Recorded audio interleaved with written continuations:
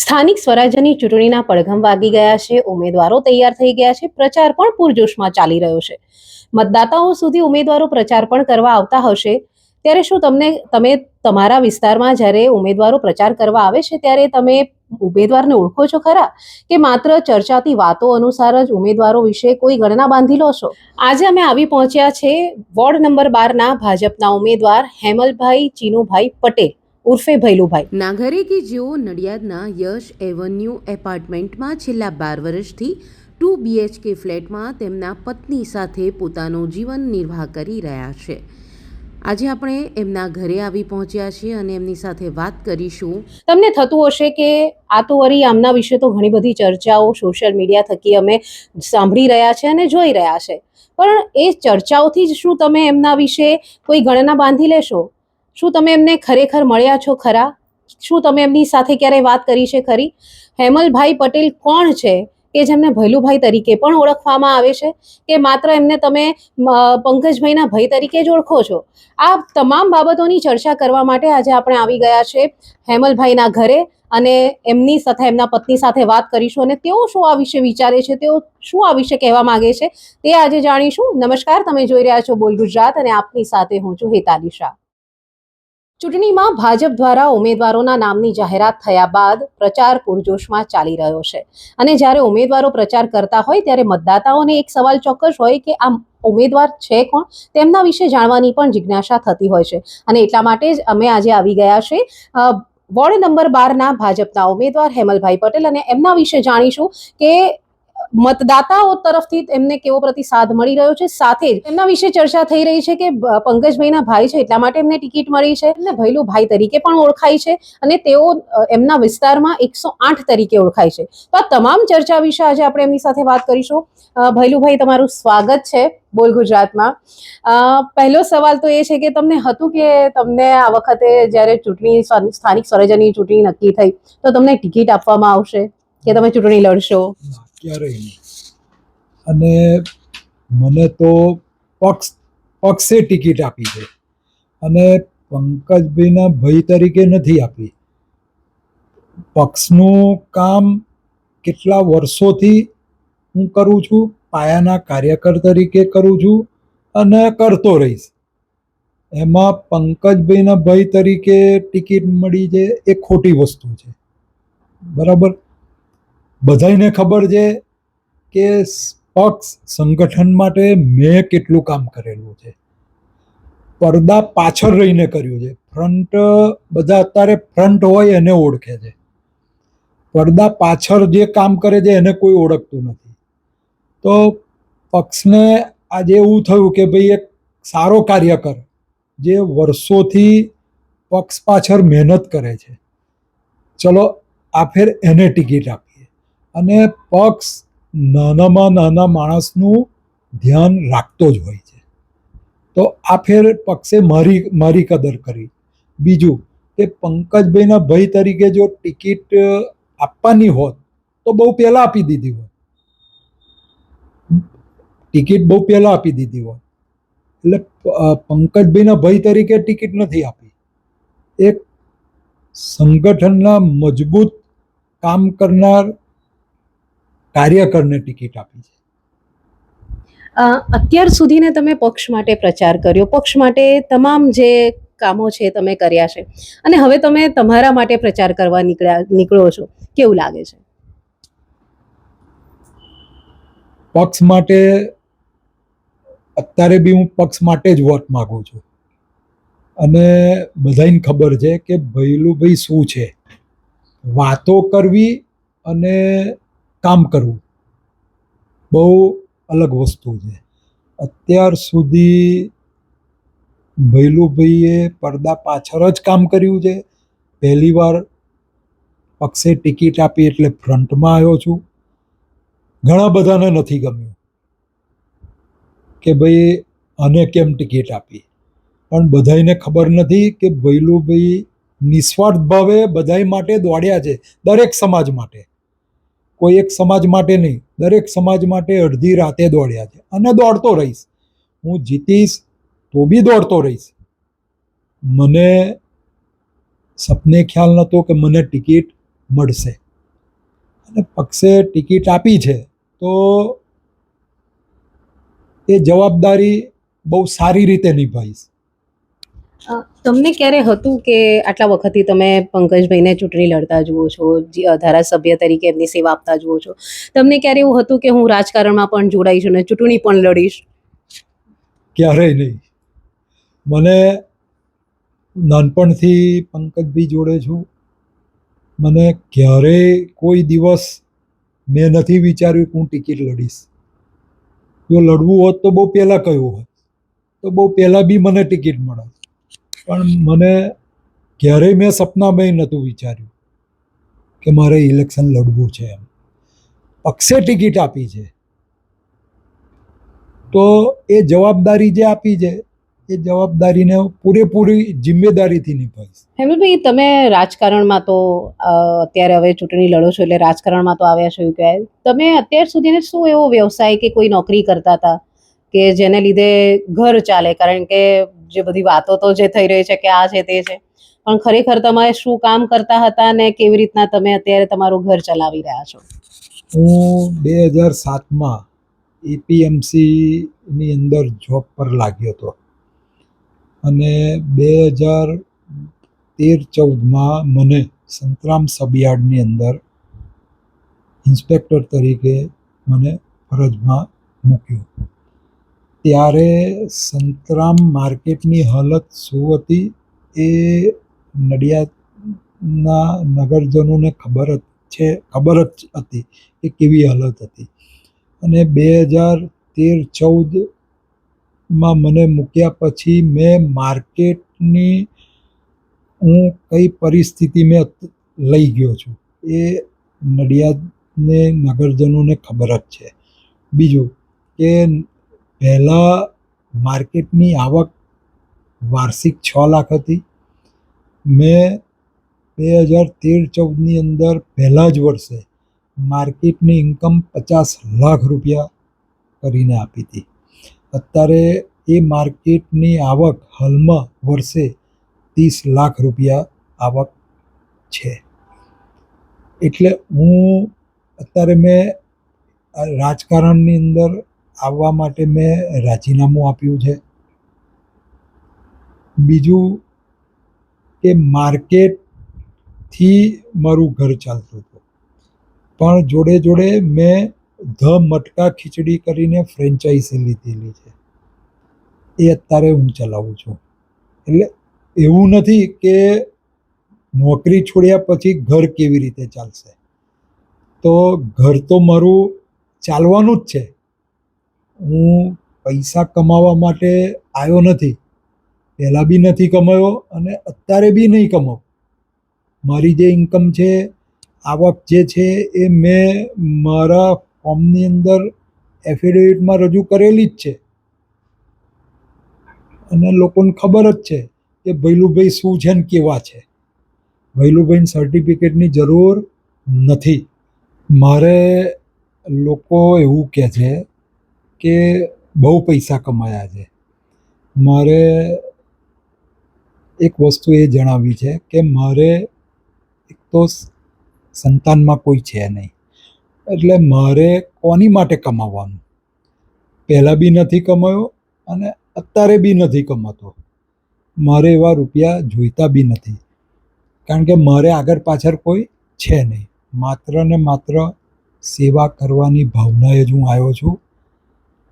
મને પક્ષે ટિકિટ આપી છે એ મારું કામ જોઈને આપી છે. એટલે લોકો જે કહે છે કે ભૈલુભાઈ જોડે આ છે, ભૈલુભાઈ જોડે આટલા રૂપિયા છે, તો એ વાત તદ્દન ખોટી છે. જે છે એ ફેક્ટ છે અને બધાને ખબર જ છે કે ભૈલુભાઈ કહે છે, બોલે છે એ કરે જ છે. એટલે મારે કોઈનું સાંભળવાની કે કોઈને બતાવવાની જરૂર છે નહીં. અમે તમારું બધું જોયું તો એમાં જાણવા મળ્યું કે તમે ભાદરણના છો અને અત્યારે તમે નડિયાદમાં છો. તો ભાદરણથી નડિયાદ સુધીની સફર કેવી રહી? કેમ કે ઘણા ઓછા લોકો જાણે છે કે તમે ક્યાંના છો, તમે અહીંયા કેવી રીતના આવ્યા અને અહીંયા તમે કેવી રીતના રહી રહ્યા છો એ વિશે ઓછા લોકો જાણે છે, એટલે ખાસ એ જાણવું છે કે ભાદરણથી નડિયાદ સુધીની તમારી સફર કેવી રહી? અમે 6 બેન અને અમે 7 જણ. હું જ્યારે 5 વર્ષનો હતો ત્યારે મારા ફાધર એક્સપાયર્ડ થઈ ગયેલા, એટલે મને નડિયાદ મારા ફોઈ ફુવા એ મને અહીં આગળ અમને લઈ આવ્યા હતા. ત્યારથી અત્યાર સુધી મેં મારા ફાધરને કદાચ 5 વર્ષનો હતો એટલે મેં જોયા જ નથી, પણ હું મારા ફાધર કરતાં હું મારા ફુવાને વધારે માનું છું, કારણ કે ક્યારેય કોઈ દિવસ એમણે અમને ખસ નથી કહ્યું, ક્યારેય. એ અમને ખબર છે, લોકોને ના ખબર હોય, અમને ખબર છે, ક્યારેય કોઈ દિવસ ખસ નથી કહ્યું. અને પંકજભાઈ એ મારા ફોઈના, અમે મામા ફોઈના દીકરા થઈએ. હવે લગભગ મને ફ્લેટમાં 13 વર્ષ થયા રહેવા એ, બાકી હું પહેલેથી એમની જોડે જ રહેતો હતો.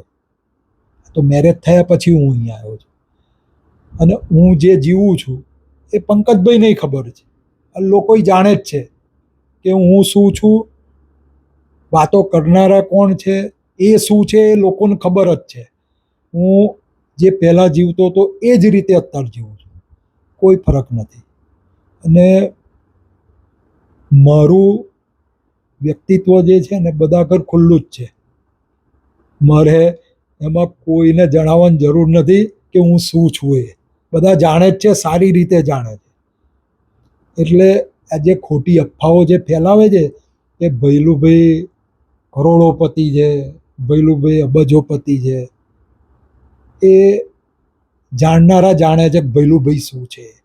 અને મને કોઈ રસ નથી કે હું આનું લઈ લઉં, આનું લઈ લઉં. આ જે વાતો કરે છે ને એ લોકોને આ રસ છે, બાકી જે જાણે છે વર્ષોથી એને ખબર જ છે કે ભૈલુભાઈ શું છે. લોકો માટે ભૈલુભાઈ દોડ્યા છે, રાતે 2 વાગે બી દોડ્યા છે, નિસ્વાર્થ ભાવે દોડ્યા છે. ક્યારેય કોઈ દિવસ કોઈ જોડે મેં રૂપિયો લીધો નથી અને લઈશ બી નહીં, મારે જરૂર બી નથી. મારો ભાઈ છે મારી. તમે કહ્યું કે તમારે 6 બેન હતી અને તમે 5 વર્ષના હતા અને તમે ત્યારથી અહીંયા ફુવાની જોડે તમે રહેતા હતા. 6 બહેનો અને તમે, કારણ કે 6 બહેનોને પરણાવવાના હોય, તમારું પણ આખું ફ્યુચર સિક્યોર કરવાનું હોય, 6 બહેનોનું ફ્યુચર સિક્યોર કરવું, એ બધું કેવી રીતના થયું? મેન તો મારી 4 ફોઈ, એ 4 ફોઈનો સપોર્ટ વધારે, ફોઈ ફુવાનો સપોર્ટ મારા, અને થોડા સગાવાલા બધાએ ભેગા થઈ અને ધીમે ધીમે બધી બહેનોને સેટ કરી, અને બધી બહેનો સુખી છે. એક મારી મોટી સિસ્ટર છે, સિકાકો છે, એની 2 દીકરીઓ છે, એ બી વેલ સેટ છે. બધા પોતપોતાની રીતે વેલ સેટ છે. અને હું બી અત્યારે કંઈ બી છું ને એ મારા ફોઈ ફુવા ને મારા ભાઈને લીધે છું, કારણ કે મને ગૌરવ છે. એ ના હોત તો અમારું શું થાત, એ જાણનાર જાણે છે, મને ખબર છે. મને લોકોની વાતોથી પડી નથી. મને આનંદ છે કે મારી જોડે મારો ભાઈ છે. તમે કહ્યું કે પંકજભાઈ તમારા ફોઈના દીકરા થાય છે, એટલે પિતરાઈ ભાઈ કહેવાય. લોકો તમને એમના ભાઈ તરીકે ઓળખે છે, તો એ વિશે શું કહેશો? મને બહુ આનંદ થાય છે,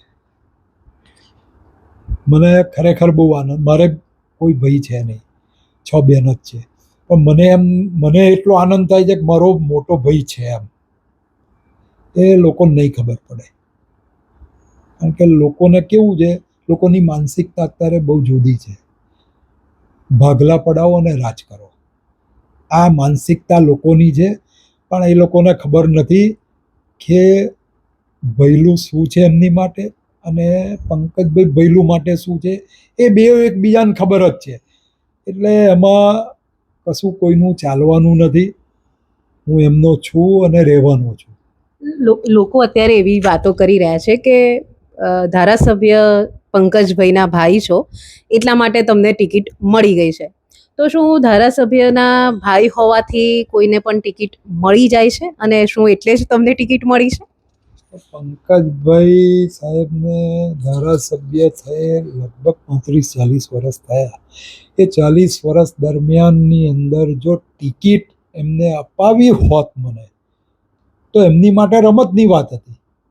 તમે ક્યારથી આવી રીતના પક્ષ માટે કામ કરતા થયા? ક્યારથી શરૂઆત કરી હશે તમે કે નાનામાં પણ નાના કાર્યક્રમો હોય અને તમે ફ્રન્ટ પર ન રહીને એક નાના કાર્યકર તરીકે પણ તમે કામ કર્યું હોય પક્ષ, શરૂઆત ક્યાંથી થઈ?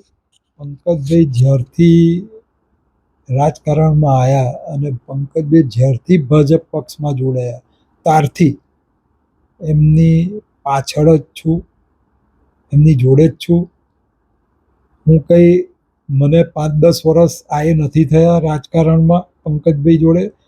કાર્યકર તરીકે પંકજભાઈ જોડે ભાજપમાં એ આયા ત્યારથી છું જ, પણ ફ્રન્ટ પાછળ હતો.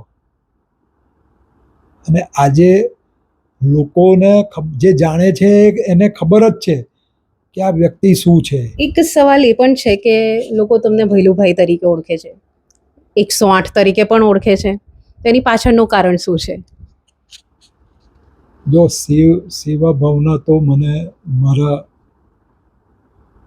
પંકજભાઈ તરફથી મળેલી જ છે અને હું નાનો હતો ત્યારથી જોઉં છું. અને એ પગલે હું આજે અત્યારે બી રાતે કદાચ તમે ટ્રાય કરજો, રાતે 2 વાગે બી ફોન કરજો, હું ફોન ઉઠાવી જ લઈશ. કારણ કે વર્ષોથી આ પરંપરા ચાલે છે, મને વર્ષોથી આ ટેવ છે. હું કઠોર રહીશ, કદાચ બોલવામાં હું બોલી નાખતો હોઈશ, પણ બીજી મિનિટે મને એવું થઈ જાય કે સારું ચાલો હેડો, એને નુકસાન છે તો ચાલ હેડો આપણે એને મદદ કરીએ. મારો સ્વભાવ કેવો છે કે ભાઈ આ તો આ ના તો ના થશે તો થઈ જશે, નહીં થાય તો હું કહી દઈશ ભાઈ નહીં થાય. હું કોઈને ધક્કા નથી ખવડાવતો અને થઈ જશે તો હું તરત કરી જ દઉં છું. એ મને મારા ભાઈએ શીખવાડેલું છે, પરિવારે શીખવાડેલું. લોકોની કામ કરવાની પદ્ધતિ અને મારી કામ કરવાની પદ્ધતિ બહુ જુદી છે. કદાચ કોઈ નહીં ગમતું હોય, પણ જેને ખબર છે એ ખબર જ છે. એ આજની તારીખમાં હું ફોન મારું તો દોડે જ છે એ લોકો. એ મારી ગુડવિલ છે. કોઈ એવો કિસ્સો જે તમને યાદ હોય કે તમે અડધી રાત્રે એ જગ્યાએ ગયા હો ને ખરેખર તમારી વખતે ત્યાં જરૂર હોય ને લોકોએ તમને એ માટે કાયમ માટે યાદ રાખ્યો, એવી કોઈ ઘટના? બધા બહુ કિસ્સાઓ છે. જ્યારે આ 108 નથી ત્યારે જે એક્સિડન્ટ હાઈવે પર થતા હતા, હું તમને બહુ વર્ષો થયા વાણિયાવડ સર્કલની વાત કરું. 2 છોકરા જતા હતા અને ટ્રકવાળાએ ટક્કર મારી, વ્હીલ નીચે આવી ગયા, બધું જ લોચો બહાર. લગભગ 700-800 માણસ ઊભું હતું, કોઈની તાકાત નથી. તો એક એમ્બ્યુલન્સવાળા છે જયંતિભાઈ, એમને ફોન કરીને બોલાયા. અમે બેવે એને સ્ટ્રેચરમાં, બે ઓન ધી સ્પોટ એક્સપાયર થઈ ગયેલા. અમે બેવે એને ઉચકી સ્ટ્રેચરમાં સુવાડ્યો. પણ જે માંસના લોચા હતા ને, એ લોચા ભરે કોણ? મેં હાથથી ભરીને મૂકેલા છે, વગર ગ્લોવ્સે. આ સેવાઓ કરેલી છે. હું માથા બી લઈ આવ્યો છું રેલવે પરથી કપાયેલા. એવી કેટલી સેવાઓ છે. એ ઘડીએ સોશિયલ મીડિયા નહોતું, અત્યારે છે. અત્યારે 108 આવી ગઈ. આ ફરક છે. મને અત્યારે બી હું કામ કરું છું, પણ મને છે ને ટેવ નથી બતાવવાની કે મેં કર્યું, અને અમારા લોહીમાં નથી. જેનું કર્યું છે એને ખબર છે કે અમારું શું કામ કર્યું છે. અમારે બતાવવાની જરૂર નથી. ભગવાન છે ને. એક હવે જ્યારે તમે ચૂંટણીના મેદાનમાં ઉતર્યા છો, લોકોની સાથે મત માંગવા લોકો પાસે જાઓ છો, મતદાતાઓ પાસે જાઓ છો, લોકો તરફથી કેવો ફીડબેક મળી રહ્યો છે? લોકોનું શું માનવું છે અત્યારે તમે જ્યારે લોકો પાસે મત માંગવા જાઓ છો? જો પહેલામાં પહેલું કે મારું સાચું નામ કોઈને ખબર નથી. હેમલ ચીનુભાઈ પટેલ એ મારું નામ છે, પણ મને ભૈલુભાઈ તરીકે જ ઓળખે છે. એટલે પહેલામાં પહેલું તો નામનો બહુ મોટો ફરક પડે. જ્યારે હું જઉં છું ને ત્યારે ખબર પડે છે કે તમે છો, તમે ઊભા રહ્યા છો. ખ્યાલ આવ્યો? હું જ્યારે જઉં છું ત્યારે ખબર પડે છે લોકોને કે તમે ઊભા છો. અને જેના કામ કર્યા છે ને એ લોકો બહુ ખુશ છે, બહુ ખુશ છે કે તમે આયા, બહુ સરસ થયું. કારણ કે એમને ખબર જ છે કે અને 2 વાગે ફોન મારીશ ને તો બી ઊભો થઈ જશે. એટલો વિશ્વાસ તો છે જ. કાલે હતો ને આજે બી છે. અને જે વોટ આપવાના છે ને એ આપવાના જ છે. કોઈના કહેવાથી કોઈ બધા સમજવું છે. કોઈના કહેવાથી કોઈ વોટ આપે એ હવે ભૂલી જવાનું. કોઈને બદનામ કરી અને વોટ નહીં અપાવવાના એ પ્રજા જાણે જ છે. અને હું તો રોડ પર ફરનારો માણસ છું, એટલે ખબર જ છે લોકોને કે હું શું છું. હેમલભાઈના પત્ની પણ આપણી સાથે જોડાયા છે, આપણે એમની સાથે પણ વાત કરીશું. શું કહેશો તમે? તમને એવું હતું કે હેમલભાઈને ટિકિટ મળશે અને ચૂંટણીનો પ્રચાર ના, કરવાનો? એવું ક્યારે સપને પણ વિચાર્યું નહોતું કે એમને ટિકિટ મળશે. પણ એમના કામ જોઈ અને જે અડધી રાત્રે પણ જેનો ફોન આવે છે, એનું કામ કરે છે, એનું આજે એમને ફળ મળ્યું છે. એટલે મને ખૂબ આનંદ થાય છે કે એમને ટિકિટ મળી છે. તમે અત્યાર સુધીને લોકો માટે પ્રચાર કરવા જતા હતા, પક્ષ માટે પ્રચાર કરવા જતા હતા, જે બી ઉમેદવાર ઊભા છે એમના માટે પ્રચાર કરવા જતા હતા, અને હવે તમે તમારા પતિ માટે પ્રચાર કરવા જઈ રહ્યા છો. લોકોનો પ્રતિસાદ કેવો મળી રહ્યો છે? અમે જ્યારે પણ ચૂંટણી આ પ્રચાર માટે જઈએ છીએ ત્યારે લોકોનો પ્રતિસાદ બહુ સારો હોય છે કે ભૈલુભાઈ, એમને કોઈ નામથી નથી ઓળખતું કે હેમલભાઈ, એમને ભૈલુભાઈ તરીકે જ બધા ઓળખે છે. એટલે અમે જઈએ છીએ, એમને જોવે છે બધા, તો બધાને લાગે છે કે આ ભૈલુભાઈ છે. એટલે એમના જે કામો કરેલા છે એ બધાને અત્યારે ખબર પડે છે કે ભૈલુભાઈ અમારા માટે શું કર્યું છે. એટલે એ લોકો એવું કહે છે કે ભૈલુભાઈ ને તો આયા અમે ઇલેક્શનમાં આવ્યા, ચૂંટણી લડી રહ્યા છે, તો અમને પણ આનંદ છે. અને મને પણ આનંદ છે કે પોતાના માટે ચૂંટણી આ પ્રજાને જે કામ કર્યા છે લોકોના, અને લોકો જે એમને પ્રતિસાદ આપે છે એનો મને બહુ આનંદ છે. ની તૈયારી તો બહુ સારી છે. લોકોને પણ ખબર છે કે ભૈલુભાઈ બધા માટે દોડ્યા છે, તો મતદારોને પણ ખબર છે કે મતદાર કોને આપવો અને કોને જીતાડવા. એટલે એમાં તો મને પણ વિશ્વાસ છે કે એ જીતશે, અને મતદારને પણ વિશ્વાસ છે કે એ લોકો એ જીતશે ખરા. તમે જીતીને આવશો, કોર્પોરેશનમાં શું ફાયદો થશે?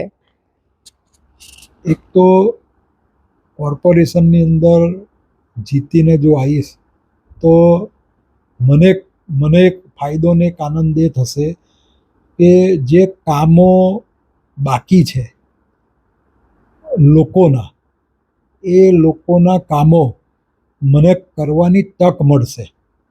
એ જે લોકો રાહ જોઈ રહ્યા છે એ ભાઈ ભૈલુભાઈ આવશે તો અમારા કામ થશે, એક આશા છે એવી. અંતમાં એક એ જ પૂછવા માંગીશ કે મતદારોને તમે શું કહેશો? મતદારોને તમે નડિયાદ નગરની મહાનગરપાલિકાની જનતાને મારી નમ્ર વિનંતી છે કે 1 થી 13 વોર્ડની અંદર જેટલા ઉમેદવારો ઊભા છે એમને બહુ જંગી મતોથી જીતાડી અને મહાનગરપાલિકાની અંદર સારા કામો થાય એ આશાથી હું નડિયાદ નગરની જનતાને વિનંતી કરું છું કે જંગી બહુમતીથી જીતાડે ભાજપની તમામ પેનલને, એવી જ મારી પ્રાર્થના છે. તો આ હતા હેમલભાઈ પટેલ કે જેઓ ભૈલુભાઈના નામથી ઓળખાય છે. તમામ જે વાત છે તે તેમના દ્વારા કરવામાં આવી છે કે કેવી રીતના તેમણે ભાદરણથી નડિયાદ સુધીની સફર કરી, સાથે જ કેવી રીતના તેઓ લોકો કેવી રીતના તેમને 108 તરીકે ઓળખતા હતા, કારણ કે તેઓએ લોકોના કામ કર્યા છે. હવે જ્યારે તેમને તક મળી છે અને હવે એ તકનો ઉપયોગ એ લોકો એટલે કે કોર્પોરેશનના આવતા તમામ જે મતદાતાઓ છે તેમના કામ કરીને તેમની સેવા કરવાનો એક મોકો જ્યારે એમને મળી રહ્યો છે ત્યારે એ કરવા માંગે છે. ત્યારે હવે મતદાતાઓ તરફથી તેમને કેવો પ્રતિસાદ મળે છે તે તો જ્યારે ચૂંટણીના પરિણામ આવશે ત્યારે જોવા મળશે. ત્યારે હવે આવા જ સતત અપડેટ્સ માટે જોતા રહો બોલ ગુજરાત.